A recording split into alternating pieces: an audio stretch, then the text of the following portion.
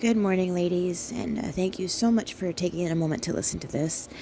And once again, I want to apologize. It's been a minute since I posted on here, and all I can say is it's just been a crazy few months. Life got really busy for us around, I want to say, April of this year, and it's just been getting busier. Between school and church, our homestead, everyday activities, trying to give my boys a resemblance of a social life. We haven't had a minute to breathe lately, but I'm okay with that because God has blessed us beyond measure, and I am so thankful for the reasons that we've been busy. And I want to just kind of warn you guys, I've been sick for the last week and my voice is kind of breaking up, so sorry that I sound like, an 80-year-old smoker, but here we are. Today we're going to talk about God's blessings. And I want to share with you a personal blessing that I received. And I want to preface this by saying this is not to lift myself up at all. It has nothing to do with me at all, but everything to do with God and His goodness. And I hope and I pray that it's a blessing to you and that it encourages you. Today we're going to be reading out of Genesis 22, and as you probably guessed by the title, we're reading the story of Abraham and Isaac. And there's quite a bit of reading here, but the story is so good, I didn't want to leave anything out. This is Genesis chapter 22, verses 1 through 10. And it came to pass, after these things, that God did tempt Abraham, and said unto him, Abraham. And he said, Behold, here I am. And he said, Take now thy son, thine only son Isaac, whom thou lovest, and get thee into the land of Moriah, and offer him there for a burnt offering upon one of the mountains which I will tell thee of. And Abraham rose up early in the morning, and saddled his ass, and took his 2 young men with him, and Isaac his son, and clave the wood for the burnt offering, and rose up, and went unto the place of which God had told him. Then on the 3rd day Abraham lifted up his eyes, and saw the place afar off.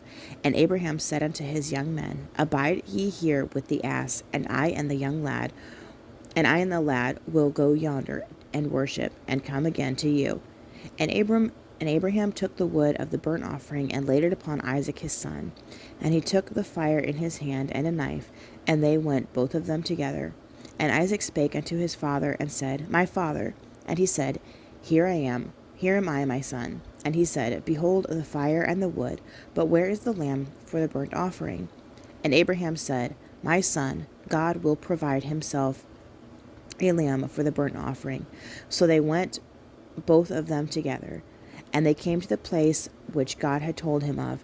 And Abraham built an altar there, and laid the wood in order, and bound Isaac his son, and laid him on the altar upon the wood. And Abraham stretched forth his hand, and took the knife to slay his son. So I want to stop there for just a moment, if I could. And sorry, I know that I butchered that. It's early, and my brain's not quite working yet. But God tells Abraham to offer his son as a sacrifice, which is a pretty big deal, right? But Abraham doesn't even question why. He never asks questions. He never complains. He's just like, okay. He gets up and he leaves to go do what God asked him to do.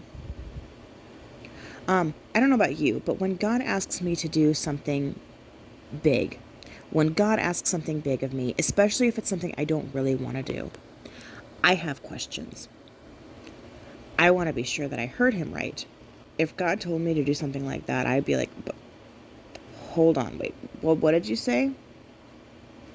For instance, we're getting into my story now for just a second. Around March of this year, my husband and I began to pray that God would allow us to put our boys in the Christian school at our church. We had either homeschooled or had them in public school up to this point, and neither was working out very well. We prayed about it, and I personally begged God to let us put them in the school, that He would provide the money that we needed to cover the cost of their tuition. I prayed for about 3 months and was getting nothing from the Lord. No answer, no direction, nothing. Then one morning during my devotions, I began to pray like I had for the last few months. All of a sudden, clear as day, God told me no. He told me to homeschool my children, and it wasn't a booming voice, but it was a without a doubt answer that God gave me in my heart. And when I tell you that I cried, that is such an understatement. Anyone who knows me knows that the one thing I have never wanted to do is homeschool my children. I want to. I want to be that mom that has it all together, who homeschools their kids at these neat little desks in a schoolroom that's all decorated, all adorable, or at the dining room table and everybody's together and happy, smiling faces. The mom who, does the cute little crafts for school and takes her kids on field trips and teaches them all the things. But that's not me. That is not who God made me. So I was incredibly discouraged when God said no. But the answer was so clear, I couldn't in good conscience argue. I asked God why. I didn't understand why He wouldn't allow us to put them in a good Christian school, be around good Christian kids. I didn't understand that, but I knew that He had to have a plan. And even if I couldn't see it yet, He had a plan, He had a reason, and I just needed to trust and obey. When my husband got home from work that day, I told him I just didn't have peace about putting the boys in the Christian school, that God told me no, and he said he felt the same way. So we sat down, figured out what we were going to do for homeschool. We ordered the books, and we actually started school a little bit early. We'll continue reading for a second before I finish the story. So we're going to pick up in verse 11, Genesis chapter 22, verse 11. And the angel of the Lord called unto him out of heaven, and he said, Abraham, Abraham. And he said, Here am I. And he said, Lay not thine hand upon the lad, neither do thou anything unto him. For now I know that thou fearest God, seeing thou hast not withheld thy son, thine only son, from me. And Abraham lifted up his eyes and looked, and behold, behind him a ram caught in the thicket by his horns. And Abraham went and took the ram and offered him up for a burnt offering in the stead of his son. And Abraham called the name of the place Jehovah-Jireh, as it is said unto this day, In the mount of the Lord it shall be seen. And the angel of the Lord called unto Abraham out of heaven a second time, and said, By myself have I sworn, saith the Lord, for because thou hast done this thing, and hast not withheld thine only son, that in blessing I will bless thee, and in multiplying I will multiply thy seed as the stars of the heaven, and as the sand which is upon the seashore.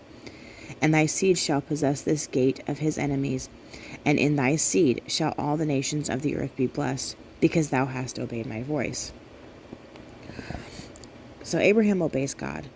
He takes his only son Isaac, who he has waited for many years, who God promised him. And he ties him up, puts him on the altar, and he's got the knife in his hand. His hand is raised above his son. He's ready to kill his son without hesitation, because that's what God told him to do. And just before he kills his son, the angel calls his name and tells him to stop. And then right behind Abraham, caught in the thicket, is a ram. Now, I've thought about this probably a million times. And I can't help but wonder, was the ram there the whole time? Like, did he just happen to get caught in the thicket moments before Abraham looked his way? Or had he actually been there the whole time and maybe God just blinded him to it? The Bible doesn't say when and where the ram comes in. And it may be irrelevant to the story, but to me it's significant. It's significant for a few reasons. One, if Abraham had seen the ram when he first got to the top of the mountain, it would have been a lot easier for him to think, okay, I see what God's doing here.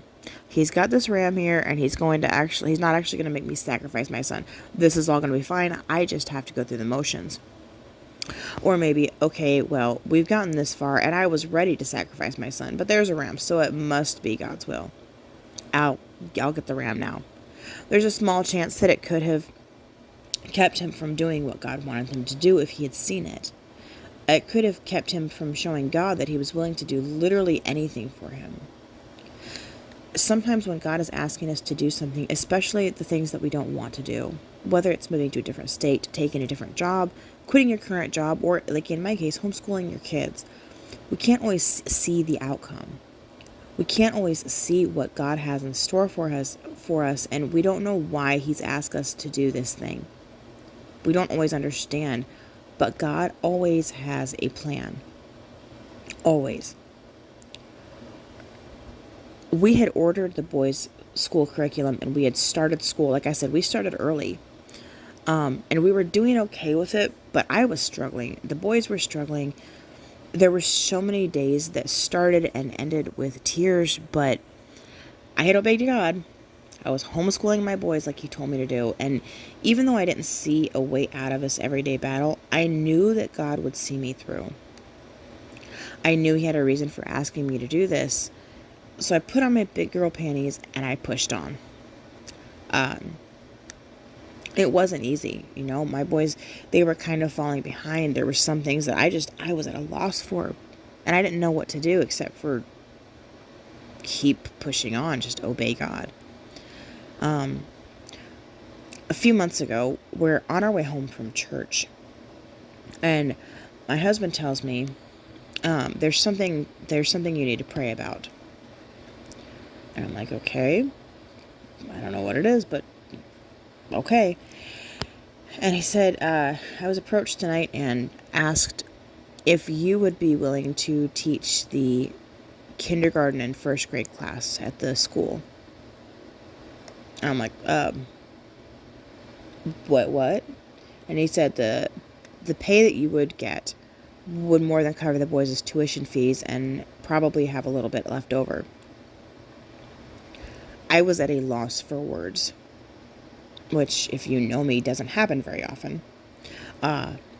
Turns out the current teacher had to quit for personal reasons, and they were needing a teacher as soon as possible. They had prayed about it, and the Lord had laid me on their hearts. I was dumbfounded. I had no idea what to say. Part of me was relieved and excited because I would be able to put the boys in the school, which is what we had been praying for. The other part of me was absolutely terrified and asking God, why on earth would you choose me? I don't like to teach. I am not great with kids, and I have literally zero patience. Why would you want me to teach kindergarten and first grade? It made no sense to me at all.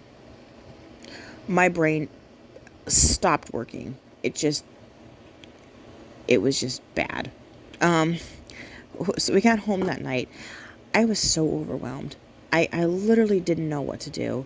So I went and I sat in the shower. And as I sat under the water, just staring at the wall, repeatedly asking God why, he said, I sent you a ram. And I started sobbing, just bawling my eyes out right there in the shower because I had prayed for months for God to help me, to show me why he had asked me to homeschool my boys. And he sent me more than an answer to my question. He sent me a ram.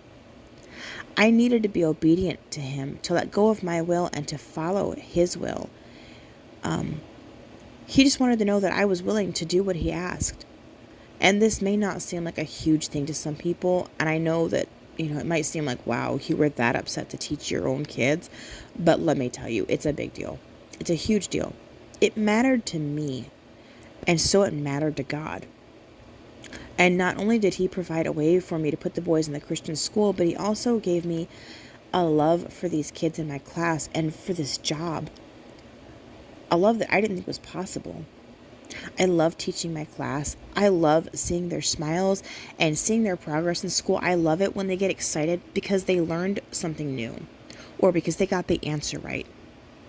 I never in a million years thought that I would enjoy teaching, but God did.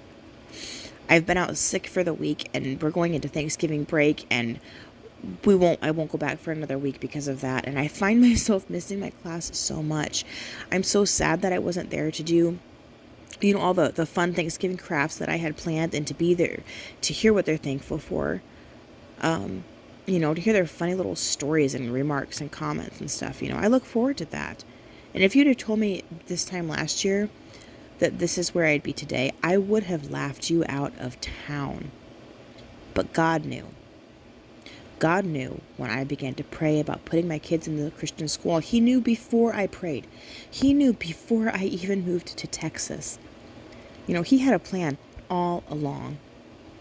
I cannot thank God enough for his goodness and his blessings that he's shown me. Um, and as I said in the beginning, I didn't tell this story to brag on myself because honestly, all I do is fail the Lord daily. And unlike Abraham, I questioned and doubted so much throughout all of this. But I wanted to share this story with you to encourage you. If God is asking you to do something that you just don't want to do, if he's asking you to do something hard or uncomfortable, just do it. Just be obedient, because I promise you, if you're faithful to him, he will be faithful to you. You may not see the ram right now, but I promise you, God will send you a ram in his time if you'll just be obedient. And remember, his time is not always our time. We homeschooled we didn't even start at the school until I think they had already been started for 3 weeks, maybe 4 weeks, something like that, when we came in. So school had already started. We came in late, but God knew, and his timing was perfect. So I just want to encourage you to just be obedient to God, because I promise you it will be worth it. 110%. It will be worth it. So I hope this was an encouragement to you today. I just wanted to share that story because God has been so good to us, and I feel like it's selfish to keep his blessings a secret. So I hope it was an encouragement today. If it was, please let me know in the comments below. I would love to hear from you. Thank you once again for listening, and I hope you have a wonderful day. God bless.